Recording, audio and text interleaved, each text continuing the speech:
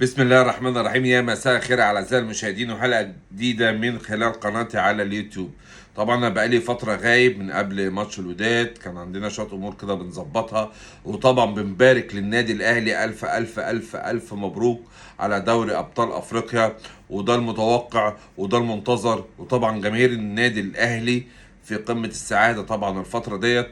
طبعا سنه استثنائيه، سنه الاهلي بيقدم احلى نسخه ليه، وان شاء الله في تقدم. وزي ما قلت قبل كده طبعا بعد ماتش سان داونز كانت النتيجة ان احنا ابتدينا ناخد خطوات كبيرة. ابتدى يبقى في انسجام في التيم، ابتدى كولر ازاي يبتدي يلعب افريقيا. فالحمد لله طبعا ان احنا وصلنا للنهائي، والحمد لله ان احنا خدنا البطولة كانت مهمة لينا. كانت مهمة قوي بالنسبة لنا. يعني طبعا في نقطتين عايز اتكلم فيهم بالنسبة للانتقالات، وبالنسبة لحمدي فتحي والشناوي والشحات. وطبعا هنتكلم شوية على انتقالات نادي الزمالك واحمد فتوح. دول اللعيبة اللي احنا هنتكلم عليهم النهاردة.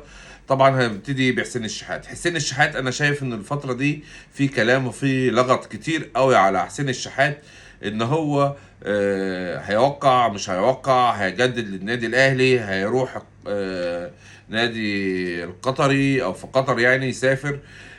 وانا شايف ان الموضوع ده وصل لمرحلة ان الناس كتيرة قوي ابتدت تختلف او تتفق على حسين الشحات. طيب احنا لو هنرجع بالذاكرة لورا شوية، طبعا حسين الشحات قدم للنادي الاهلي وقدم تنازلات عشان يجي للنادي الاهلي. الناس كلها عارفة الموضوع ده. ابتدى حسين الشحات قدم مستويات، ابتدى مستوياته كانت مش على المستوى، رجع بعد كده الكيرف بتاعه عالي. والنسخة اللي هو مقدمها السنة دي او من اخر السنة اللي فاتت ابتدى يركز، وابتدى ان هو يعلى بالكيرف بتاعه. والحمد لله ان هو حقق بطولات السنة دي مع النادي الاهلي. فضل لنا طبعا الدوري ونفنشه.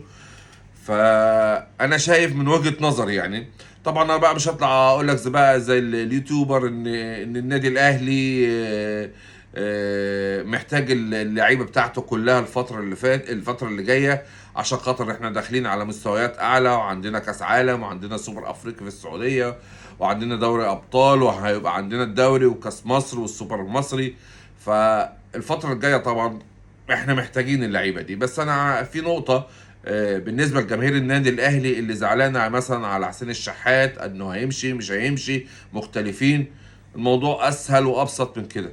الراجل عنده عقود جايه له من بره. طيب الناس موافقه انه يمشي ولا مش موافقه؟ لو الناس موافقه ان هو يمشي يمشي مع الف سلامه، ما فيش مشكله. بس ما نخشش بقى ان احنا نشكك في حسين الشحات. لا ده هيبيع النادي الاهلي، لا ده بيدور على الفلوس. هو بيدور على الفلوس، انا بقولها لك صراحه، بيدور على الفلوس. ان هو في بعض الناس اللي هم طالعين على اليوتيوب، الناس اللي شغاله على السوشيال ميديا، بتتكلم في حته ان هو لا ده هيبيع. انا عندي مصادر الخاصه، وانا بكلمت اخو حسين الشحات، وانا المدير. طب ما كما اي حد ممكن يوصل لاي حد من الناس دي. مش هي دي القصه. انا عايز اسمع وجهه نظرك. وجهه نظره هو ما تفهملوش. الناس اللي هي بتتكلم على اليوتيوب احنا مش فاهمين منكم حاجه. انا واحد من الناس بتكلم في الكوره، انا طالع اقول وجهه نظر. عايز تمشي مع السلامه، ما عندناش مشكله. النادي الاهلي مش هيقف على حد.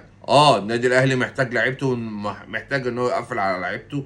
مع السلامه. اذا كان الشناوي، اذا كان حمدي فتحي، اذا كان حسين الشحات، اللي عايز يمشي يمشي. احنا اللي بنعمل التاريخ. احنا مش مستنيينكم انتوا ان انتوا تعملوا معانا على عيني وعلى راسي. عملتوا اللي عليكم، قدمتوا اللي عليكم. بس ده الطبيعي، انت بتاخد مقابل. يعني انت اساسا لما تيجي تتعاقد مع النادي الاهلي دلوقتي، النادي الاهلي انت ما تلويش دراعه. النادي الاهلي مش بيديك ورق بنكنوت، النادي الاهلي بيديك ملايين. بتتفاوض بس النادي الاهلي فيه اداره. الاداره ديت ماشيه برولز معينه. احنا هنجدد، هتاخد الفئه الاولى ولا هتبقى مش من الفئه الاولى. هو ده اللي انت تتكلم فيه. اما انت تقعد لغايه النهارده يا حسين الشحات، انا مش بلوم عليك، انا بس بقول لك خلص المواضيع. انت هتقعد لغايه النهارده ما توقعش العقد، وتحصل بلبله، وتحصل اختلافات، والناس تقول ده وحش وده كويس. انت ليه هتدخلنا في السكه دي؟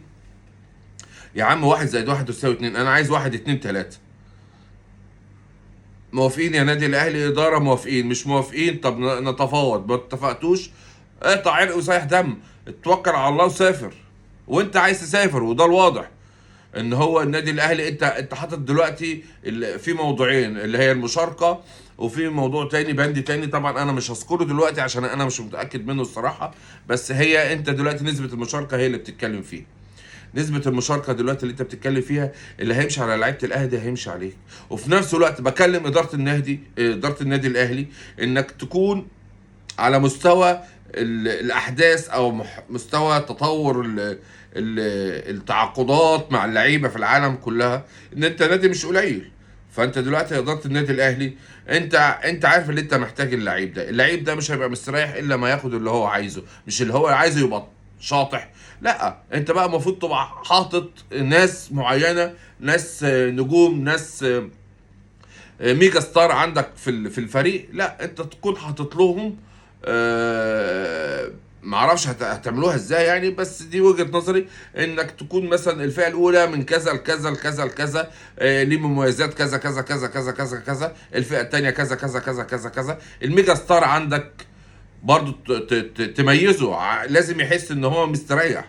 وفي حاجات كتيرة وفي بنود كتيرة قوي ممكن تتعمل في العقد، انك توصل بمرحلة انك تحافظ على اللعيبه. زي ما قلت لكم، النادي الاهلي الفتره اللي جايه دي محتاج لعيبه، محتاج كل لاعب ادى الفتره اللي فاتت وكان على مستوى عالي، محتاجين ان هو يكون معانا في النادي الاهلي.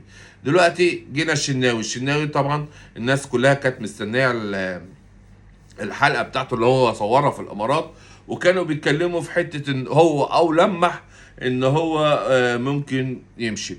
طبعا الشناوي جاله عرض، كل سنه بيجي له عرض، وهو الراجل برضو محدش هيحب اي حد اكتر من نفسه. يعني اذا كان حسين الشحات ولا اذا كان الشناوي ولا كان اي حد، مش هيحب نفسه اكتر من النادي الاهلي. بتبوس التيشيرت والكلام من ده، مفيش غير جماهير النادي الاهلي اللي هي بتدي من وقتها ومن مجهودها ومن فلوسها ومن عرقها عشان تشجع الكيان. احنا بنشجع النادي الاهلي، احنا ولا بنشجع اداره ولا بنشجع لعيب ولا بنشجع اي حد. احنا كل اللي احنا بنفكر فيه هو حاجه واحده بس، النادي الاهلي. الشناوي لمح ان هو ممكن يمشي، او مع السلامه، مفيش مشكله. لازم تكون زي ما بنقول كده، حلاوه البدايات تبقى برضه حلاوه النهايات. مع السلامه يا شناوي، انت عايز تمشي اتفضل حضرتك امشي.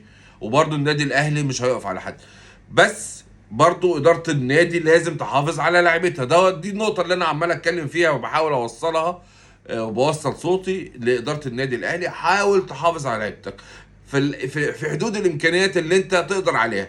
واكيد النادي الاهلي طبعا احنا سامعين بسم الله ما شاء الله في فلوس داخلاله.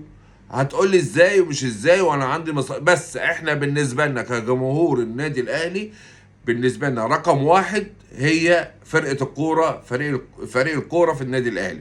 فريق الكوره في النادي الاهلي لازم يبقى على اعلى مستوى. حافظ على لعيبتك، تجيب صفقات محترمه.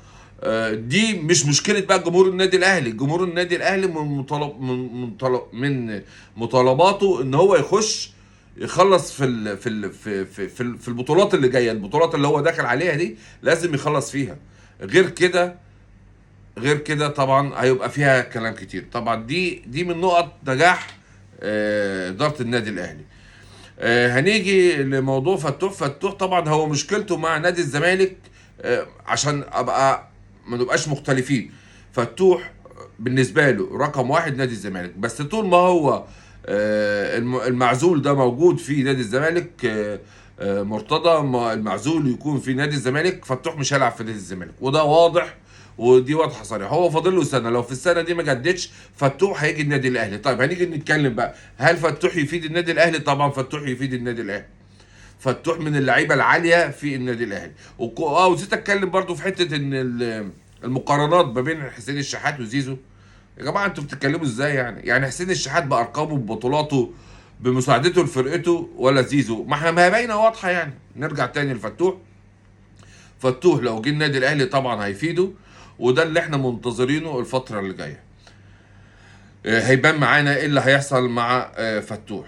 طبعا موضوع حسين الشحات زي ما قلت لكم المفروض هو اللي يخلصه، يقطع عرق ويسيح دم. الاداره عايزه واحد اتنين، هيقعد بقى يقول لك انا رحت له تحت بيتهم والمسؤول ما نزليش، والكلام بتاع السوشيال ميديا دوت اللي هو ايه ما بياكلش عيش. خلص انت سهل قوي، انت دلوقتي في راحه وهترجع تتمرن، هتقعد مع سيد عبد الحفيظ او هتقعد مع اداره التعاقدات وتخلص الموضوع، وعايز تمشي مع السلامه. برضو برجع اقول لك عايز تمشي مع السلامه، ومش بقول لك انت الخسران، ولا هقول لك مثلا ان انت خاين وان انت هتتساوى مثلا بعبد الله السعيد، ولا هتتساوى رمضان صبحي. لا، انت راجل اتنازلت، وفعلا برضو لازم نكون منصفين. انت راجل اتنازلت قبل كده على مبالغ ماليه، وجيت النادي الاهلي واتدفع برضو فيك كتير برضو، عشان تبقى فاهم يا حسين. يعني انت ما جيتش ببلاش برضو عشان تيجي النادي الاهلي وتحقق تاريخ وتعمل بطولات والناس كلها واقفه معاك. وفي الاخر كلمه واحده، حاول تخلص عشان خاطر طول ما هو الموضوع ما بيطول كل ما بيزيد، كل ما هو بيبوخ. وفي الاخر برضو انت هتكون لو هتطلع بره هتبقى ماديا ربنا يرزقك يعني، بس في نفس الوقت هتخسر شويه من شعبيه جماهير النادي الاهلي. وده اللي انا مش حابه ليك، ان انت فعلا يعني لعيب محترم، لعيب اديت. كان في بعض الفترات الكبيره، مش هنقول اللي لنا ولا علينا، ما كنتش على المستوى، وكانت ناس كتيره قوي بتنتقدك. بس حاول على قد ما تقدر دلوقتي تخلص الموضوع، انت في اعلى فورمه دلوقتي، وركز في البطولات اللي جايه. طبعا المبالغ اللي هي داخله لك من النادي الاهلي انت ممكن تكون شايفها قليله بالنسبه لك، وده حقك برضو، بس فكر في التاريخ اللي انت بتعمله مع النادي الاهلي. ومع موضوعنا مع حسين الشحات تكون دي نهايه حلقتنا. السلام عليكم ورحمه الله وبركاته.